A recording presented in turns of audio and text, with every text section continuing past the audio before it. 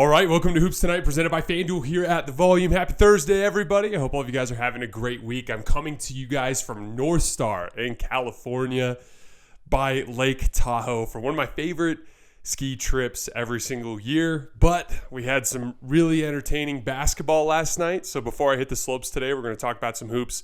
Just going to hit Grizzlies, Warriors, Lakers, Spurs, and Sixers Nets. You guys know the drill. Before we get started, subscribe to the Volume's YouTube channel so you don't miss any more of our videos. Follow me on Twitter at _JasonLT so you guys don't miss any show announcements. And then last but not least, if for whatever reason you guys miss one of these videos and you can't get back over to YouTube to finish, don't forget you can find them wherever you get your podcasts under Hoops Tonight. So the Warriors beat the Grizzlies 122-120. Super weird game. The Warriors were outplaying the Grizzlies in a bunch of different phases of the game.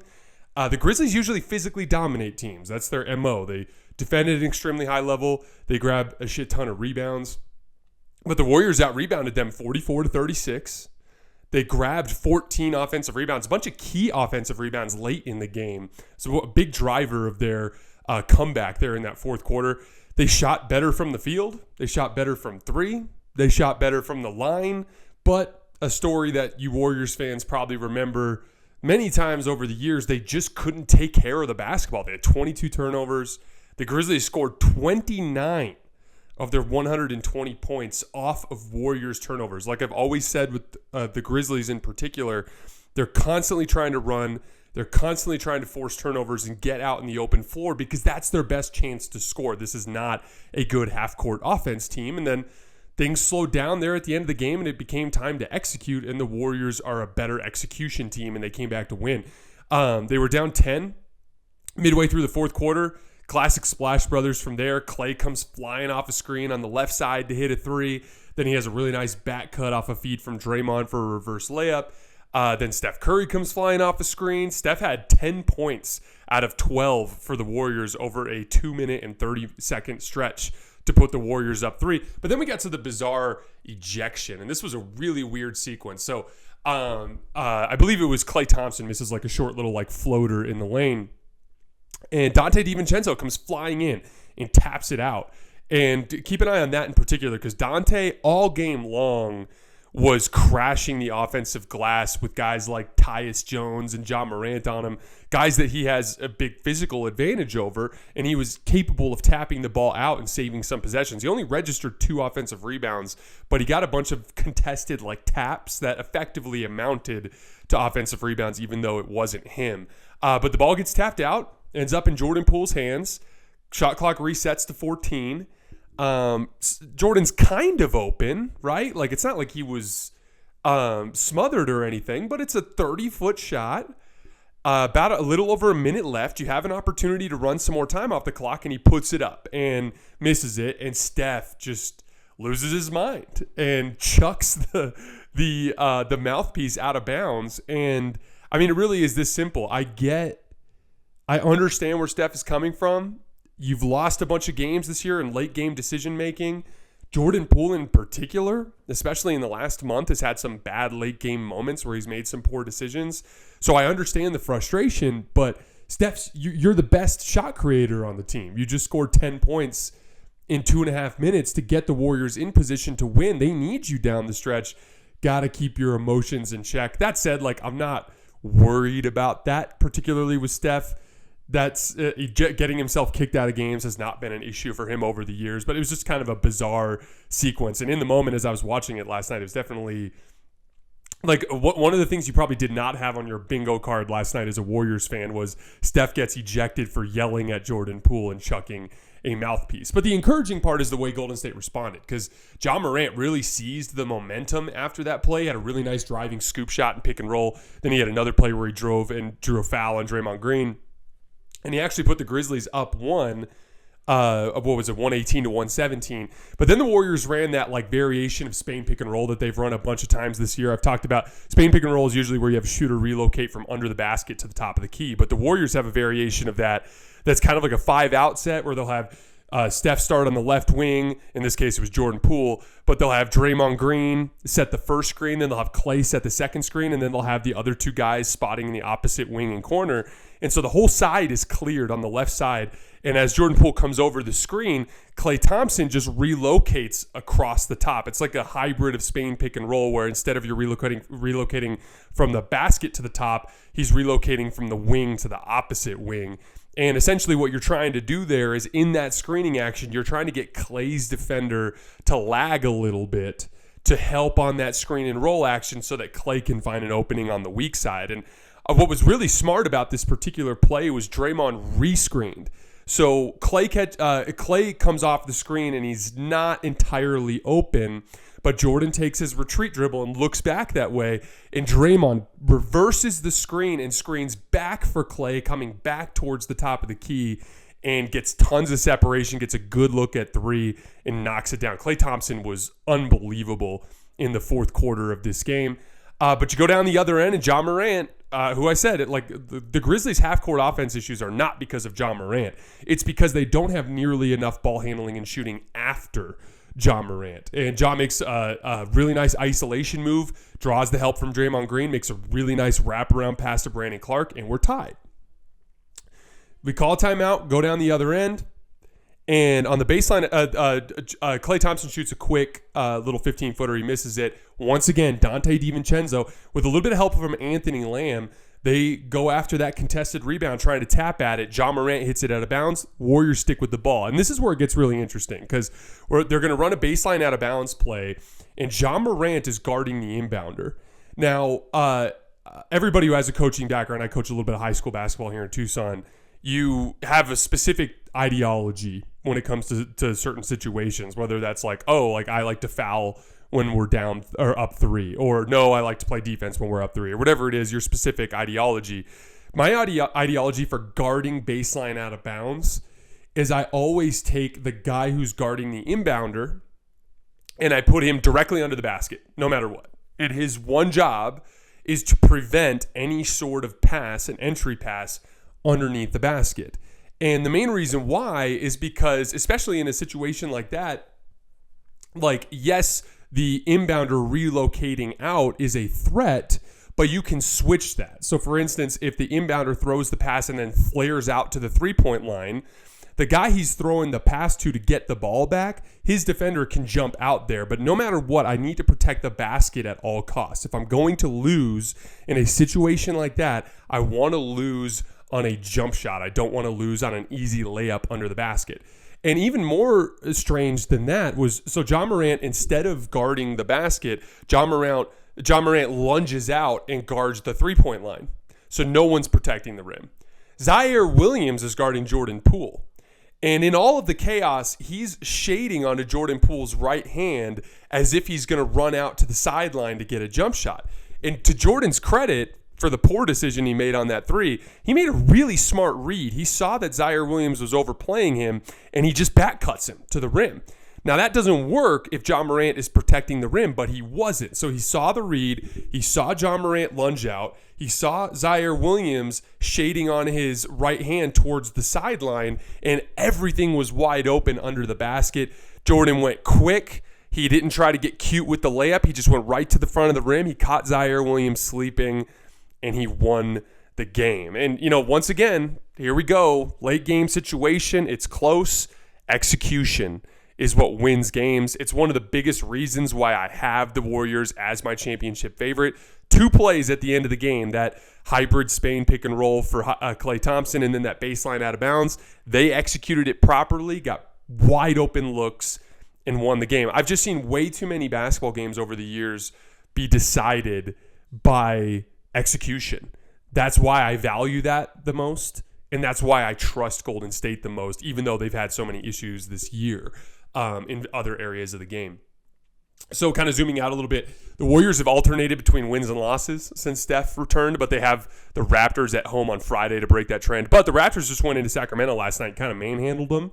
So they're playing some decent basketball right now, and they present a bunch of specific physical issues especially with perimeter size, that might give the Warriors some issues. So it's going to be a tough challenge on Friday, but that's a good chance to break that trend.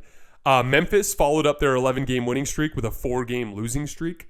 In addition to the general lack of ball handling and shooting that causes their half-court issues, I also just don't think they're disciplined enough to win a 7-game series against a great team. So I still have them a level below Denver and Golden State out west. All right, Nets Sixers. This was a really fun game. I'm going to move pretty quickly here. Wife's actually waiting on me. We got to get up to the slopes here soon. Really valiant effort from Kyrie and Seth Curry, particularly in that fourth quarter, to keep this game close. Seth Curry had a little heater in the middle of the fourth quarter, and then Kyrie had a heater towards the end. But James Harden was just unbelievable in that fourth quarter. He hit back-to-back step-back threes to undo the damage from Seth's big fourth quarter push. And then he had a really nice driving layup to his left. He had, I want to say, all 5 of his makes before that shot were threes. And then he finally got all the way to the rim and made a layup that effectively iced the game after Kyrie kept his little heater. What I wanted to talk about was Philly's late game offense for a minute. So the Sixers have now won 6 games in a row, which was something I predicted back in December. And I didn't think it was that ballsy of a prediction. Literally all I was thinking was, this is one of the most talented teams in the league. They're starting to get healthy. You know, James Harden is playing really good basketball. Joel Embiid's playing like an MVP. Tyrese Maxey's starting to get his rhythm back. They were already having a ton of success in half-court defense. I had a feeling that when their offense started to click, because they were that was the weird thing with the Sixers throughout that first half of the season, is their offense was kind of hovering in that around 15 in the league range. They're all the way up to 5th in offense now because how much they've been cooking on that end of the floor. And they have an offensive rating of 125 in fourth quarters during this 6-game win streak. And it really is this simple. There's just no easy way to guard them. If you leave James Harden in an ISO, he's well over a point per possession. In pick and roll, you've got to bracket James Harden, which is getting Joel Embiid all these super high quality touches right at the foul line that he's converting at a high rate. Joel Embiid post-ups present their whole set of problems. And then it's like Tyrese Maxey and Tobias Harris on the weak side with either, Georges Niang or Shake Milton as that like knockdown shooter in that 5th spot.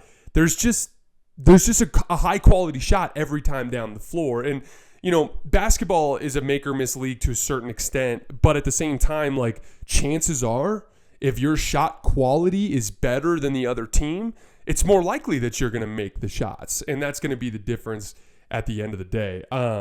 I think that, like, this again, everything comes down to Harden and Embiid in the playoffs and whether or not they're going to be able to maintain their level of play.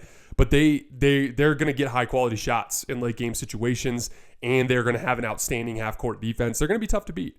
And same goes for the Nets. I mean, look, no KD last night, and you saw on display from Seth and Kyrie just the absurd level of offensive skill that those two guys have. And again, their biggest weakness is going to be physicality, and that's why I'm worried about them specifically in a Celtics matchup. But if they can hold up in the physicality better than they did last year, they're going to be really tough to beat as well. The NBA top tier of teams this year is so much better than last year. This year is going to be so much fun when we get to the playoffs. I can't wait. I'm so excited. All right, Spurs Lakers. I'm not going to spend too long on this game. I just have 4 quick thoughts. So first of all, Rui Hachimura's debut. He makes the Lakers look big. He bothered a half dozen shots just by having his hands up. Again, he's 6'8" with a 7'2" wingspan.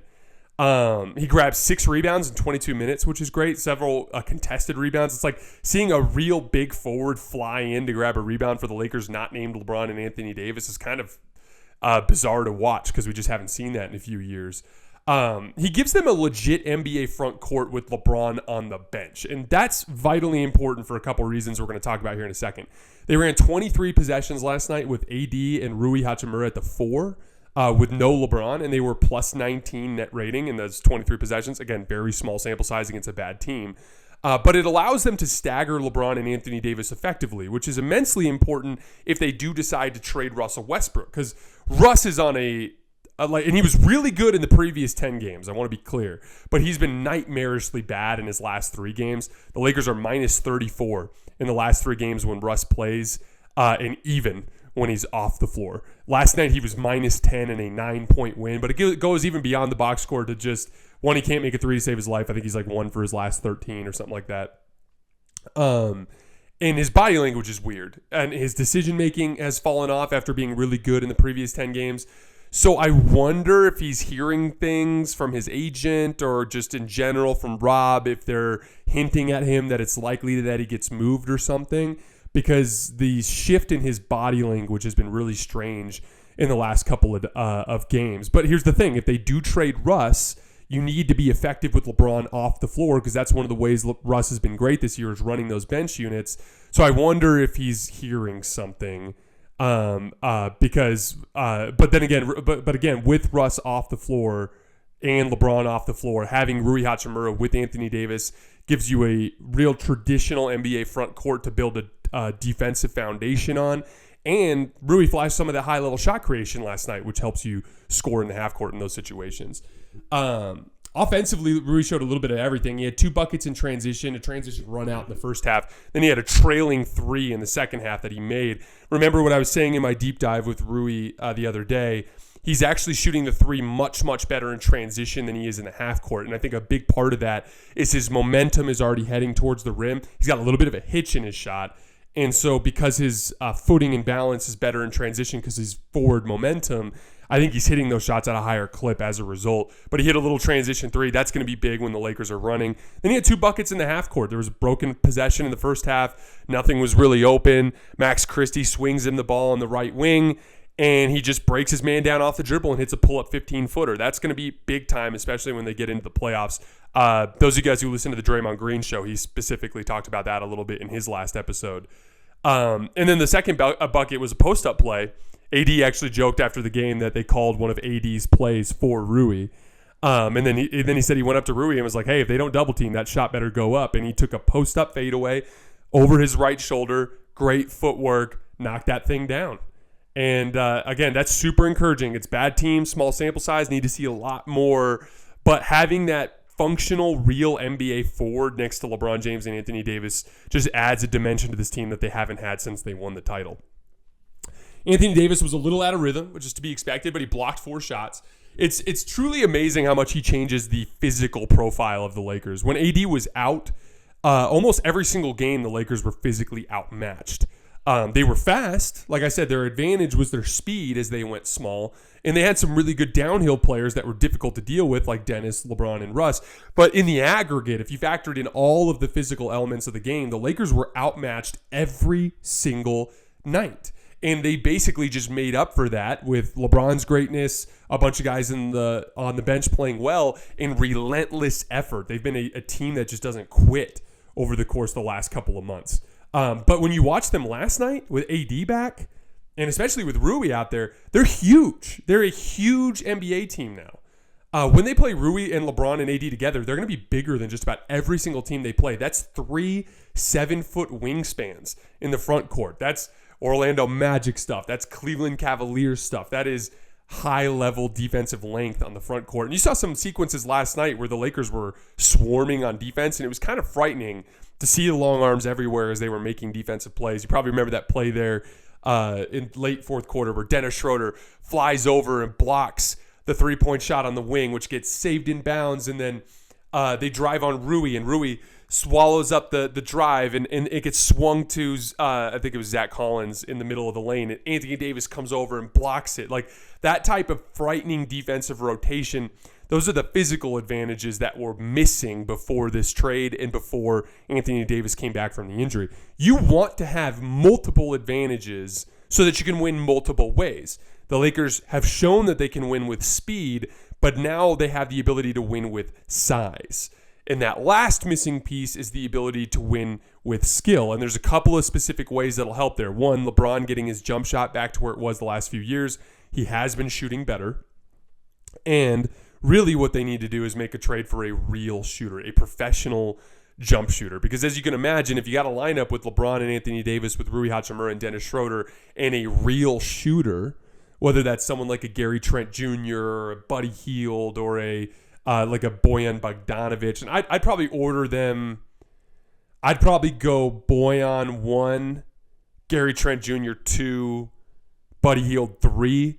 I prefer Bojan as like a that keeps Rui as more of like a we can go big, but we can use him off the bench, or I can go more skilled and go Dennis, Austin Reeves, Bojan Bogdanovic, LeBron, AD, or I can go huge with like Dennis, Boyan, Rui, LeBron, AD, do more switching. And yeah, you give up a lot of foot speed and give up some driving lanes, but you have so much length and athleticism on the court, you can recover it. You get a bunch of different looks there.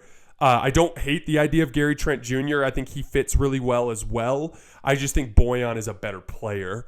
And he so lights out as a spot-up shooter that I think that he gives them real intimidating shooting off the ball in those late game situations to score in the half court. But at the end of the day, they need to be able to score in slow down half court games, and having a real shooter along those guys is that one missing piece. LeBron, he had 11 assists last night, spearheaded the biggest run of the game there in that early fourth quarter, put the Lakers up 10. He did it by picking them apart with the pass. There was a sequence there with 3 straight assists. He had a transition play where he dribbles up the floor and he fakes like he's going to pull up at the top of the key, gets the man to jump at him and swings it over to Dennis Schroeder, who knocks down the 3. Next possession, they run a pick and roll from the right wing. LeBron works his way into the middle and makes an awesome pass back to the corner he just came out of, across his body, that hits Max Christie in the shooting pocket for 3. And then, side note, by the way, Max Christie has been awesome. He's already one of the Lakers' best defensive players, and he's shooting 41% on catch-and-shoot threes this year. Again, like, there's a difference between the Lakers front office and their scouting department. The front office is dictating NBA players, whether that's, this guy, this free agent that we're targeting, or this trade that we're trying to make. But their scouting department, which is actually made up of members of the Buss family, they have a consistent track record of success, and Max Christie appears to be another huge home run for them. The work that the scouting department has done to cover for the weaknesses of the Lakers front office is not talked about enough. But then finally, on the last possession in that sequence, LeBron in transition just patiently waited for Thomas Bryant to break open in the middle of the floor, hit him in stride for a dunk, and the Lakers were up 10. You guys know LeBron's my favorite player.